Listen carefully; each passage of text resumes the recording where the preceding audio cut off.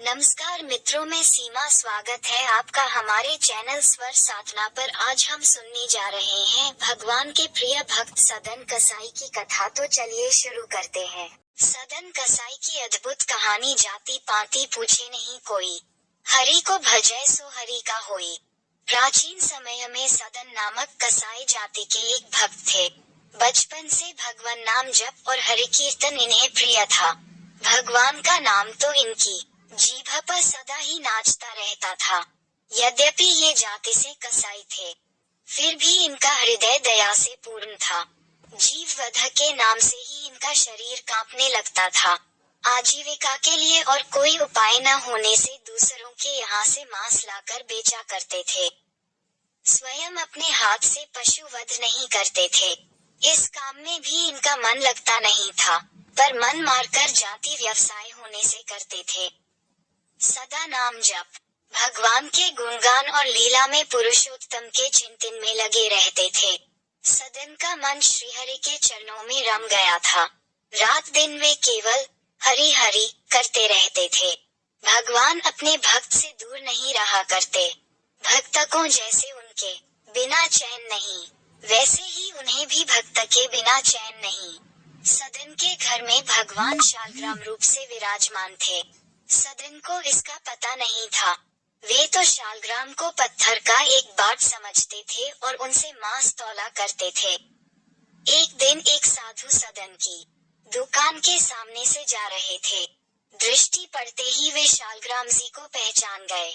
मांस विक्रेता कसाई के यहाँ अपवित्र स्थल में शालग्राम जी को देखकर साधु को बड़ा क्लेश हुआ। सदन से मानकर वे शालग्राम को ले गए। सदन ने भी प्रसन्नता पूर्वक साधु को अपना वह चमकीला बाट दे दिया। साधु बाबा कुटिया पर पहुँचे। उन्होंने विधि पूर्वक शालग्राम जी की पूजा की, परंतु को न तो पदार्थों की अपेक्षा है न मंत्र या विधि की। वे तो प्रेम के भूखे हैं, प्रेम से रोजते हैं। रात में उन साधु को स्वप्न में भगवान ने कहा, तुम मुझे यहाँ क्यों ले आए? मुझे तो अपने भक्त सदन के घर में ही बड़ा सुख मिलता था। जब वह मांस तौलने के लिए मुझे उठाता था, तब उसके शीतल स्पर्श से मुझे अत्यंत आनंद मिलता था। जब वह ग्राहकों से बातें करता था, तब मुझे उसके शब्द बड़े मधुर स्तोत्र जान पड़ते थे। जब वह मेरा नाम लेकर कीर्तन करता, नाचने लगता था, तब आनंद के मारे मेरा रोम रोम पुलकित हो जाता था। तुम मुझे वहीं पहुंचा दो। मुझे सदन के बिना एक क्षण कल नहीं पड़ती। साधु महाराज जगे। उन्होंने शालग्राम जी को उठाया और सदन के घर जाकर उसे दे आए। साथ ही उसको भगवत कृपा का महत्व भी बताए। सदन को जब पता लगा कि उनका ये बटखरा तो भगवान शालग्राम है, तब उन्हें बड़ा पश्चाताप हुआ। वे मन ही मन कहने लगे, देखो मैं कितना बड़ा पापी हूँ। मैंने को निरादर पूर्वक अपवित्र मांस के तराजू का बाट बना रखा। प्रभु अब मुझे क्षमा करो। अब सदन को अपने व्यवसाय से घृणा हो गई। वे शालग्राम जी को लेकर पुरुषोत्तम क्षेत्र श्री जगन्नाथपुरी को चल पड़े। मार्ग में संध्या समय सदन जी एक गांव में एक गृहस्थ के घर ठहरे। उस घर में स्त्री पुरुष दो ही व्यक्ति थे। स्त्री का आचरण अच्छा नहीं था। वह अपने घर ठहरे हुए इस स्वस्थ सुंदर सबल पुरुष पर मोहित हो गई। आधी रात के समय सदन जी के पास आकर वह अनेक प्रकार की अशिष्ट चेष्टाएं करने लगी। सदन जी तो भगवान के परम भक्त थे। उन पर काम्र को कोई चेष्टा सफल न हुई। वे उठकर हाथ जोड़कर बोले, तुम तो मेरी माता हो, अपने बच्चे की परीक्षा मत लो। माँ, मुझे तुम आशीर्वाद दो कि सच्चे भक्त पर स्त्री को माता ही देखते हैं। स्त्री का मोहक रूप उनको भ्रम में नहीं डालता। वे हड्डी, मांस, चमड़ा, मल मूत्र, थूक पीवकों पुतली को सुंदर मानने की मूर्खता कर ही नहीं सकते। परंतु जो काम के वश हो जाता है, उसकी बुद्धि मारी जाती है। वह न सोच समझ पाता, न कुछ देख पाता। वह निर्लज और निर्दय हो जाता है। उस कामातुरा स्त्री ने समझा कि मेरे पति के भय से ही यह मेरी बात नहीं मानता। वह गई और तलवार लेकर सोते हुए अपने पति का सिर उसने काट दिया। कामायद कौन सा पाप नहीं कर सकता। अब वह कहने लगी, प्यारे, अब डरो मत, मैंने अपने खुद से दूर पति का सिर काट डाला है। हमारे सुख का कंटक हो गया। अब तुम मुझे स्वीकार करो। सदन भय से कांप उठे। स्त्री ने अनुनय विनय करके जब देख लिया कि उसकी प्रार्थना स्वीकार नहीं हो सकती, तब द्वार पर आकर छाती पीट पीट कर रोने लगी।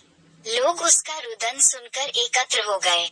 उसने कहा, इस यात्री ने मेरे पति को मार डाला है और यह मेरे साथ बलात्कार करना चाहता था। लोगों ने सदन को खूब भला बुरा कहा। कुछ ने मारा भी, पर सदन ने कोई सफाई नहीं दी। मामला न्यायाधीश के पास गया। सदन तो अपने प्रभु की लीला देखते हुए अंत तक चुप ही बने रहे। सीधा हो गया। न्यायाधीश की आज्ञा से उनके दोनों हाथ काट लिए गए। सदन के हाथ कट गए, रुधिर की धारा चलने लगी।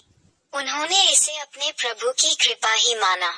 उनके मन में भगवान के प्रति तनिक भी रोष नहीं आया कि सच्चे भक्त इस प्रकार निरपराध कष्ट पाने पर भी अपने स्वामी की दया ही मानते हैं। भगवान नाम का कीर्तन करते हुए सदन जगन्नाथपुरी को चल पड़े। उधर पुरी में प्रभु ने पुजारी को स्वप्न में आदेश दिया, मेरा भक्त सदन मेरे पास आ रहा है। उसके हाथ कट गए हैं। पालकी लेकर जाओ और उसे आदर पूर्वक ले आओ। पुजारी पालकी लिवाकर गए और आग्रह पूर्वक सदन को उसमें बैठाकर ले आए। सदन ने जैसे ही श्री जगन्नाथ जी को दंडवत करके कीर्तन के लिए भुजाएं उठाई, उनके दोनों हाथ पूर्ववत ठीक हो गए। प्रभु की कृपा से हाथ ठीक तो हुए, पर मन में शंका बनी ही रही कि वे क्यों काटे गए। भगवान के राज्य में कोई निरपराध तो दंड पाता नहीं। रात में स्वप्न में भगवान ने सदन जी को बताया, तुम पूर्व जन्म में काशी में सदाचारी विद्वान ब्राह्मण थे। एक दिन एक गाय कसाई के घेरे से भागी जाती थी। उसने तुम्हें पुकारा।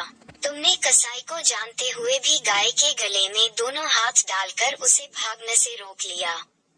वही गाय वह स्त्री थी और कसाई उसका पति था। पूर्व जन्म का बदला लेने के लिए उसने उसका गला काटा।